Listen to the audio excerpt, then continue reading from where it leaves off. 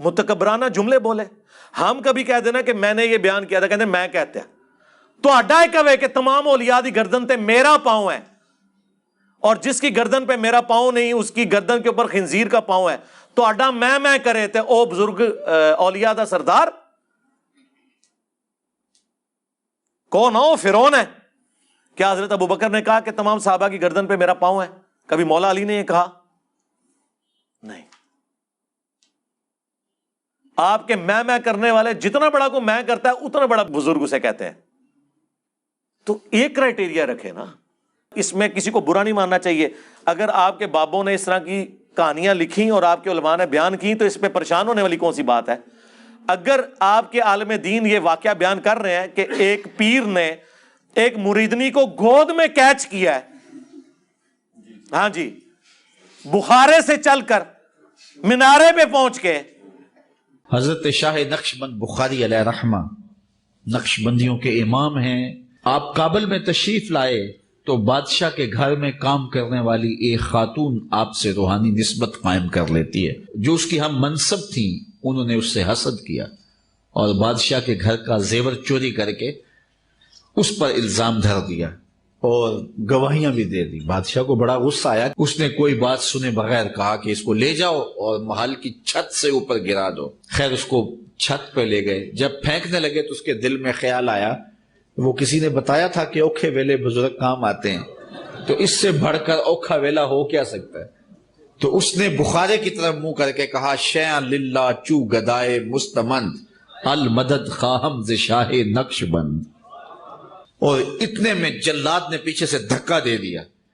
جب وہ نیچے گئی تو حضرت شاہ نقشبند بخاری نے پکڑ کے آرام سے زمین پہ رکھ دیا. تو حیرت زدہ ہوگی, حضرت آپ کب آئے تھے؟ کہا تو از چبارہ آمدی من از بخارا آمدم. تو چبارے سے چل پڑی تھی, میں بخارے سے چل پڑا. آنکھیں اس نے بند کر لی, جلادوں نے اوپر سے پھینک دیا. آنکھیں بند کی ہوئی یوں لگا جیسے کسی نے گود میں لیا ہوا ہے. آنکھیں کھولی تو وہ زمین پر صحیح سلامت تھی اور حضرت صاحب سامنے تھے. تو یہ تو آپ خود اپنے بزرگوں کی بے عزتی کروا رہے ہیں.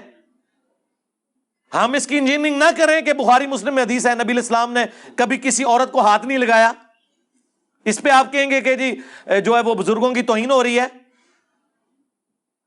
توہین تو آپ نے خود کروائی یا ان بزرگوں نے خود کی جنہوں نے یہ حرکتیں کی, یا اپنے بارے میں جھوٹی کہانیاں بنا کے لکھوائیں. تو یہ میمز جتنی بن رہی ہیں, ان میمز میں جتنے واقعات ہیں, یار اتنے پڑھے لکھے علماء. اگلے دن وہ ڈاکٹر طاہر القادری صاحب کی وہ ویڈیو, اب تو خیر کافی ماشاءاللہ ان میں چینج آیا, لیکن وہ پرانی کچھ جوانی کے زمانے کی ان کی ویڈیو ہے.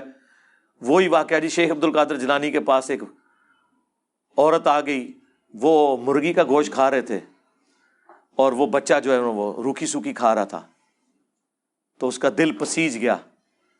تھوڑی دیر بعد انہوں نے ہڈیاں جمع کر کے کم باذن اللہ کہا اور وہ مرغا دوبارہ سے زندہ کر لیا, اور اس کو انہوں نے جواب دیا کہ جب تیرا بیٹا اس مرتبے پہ پہنچے گا تو وہ بھی مرغی کھا لے.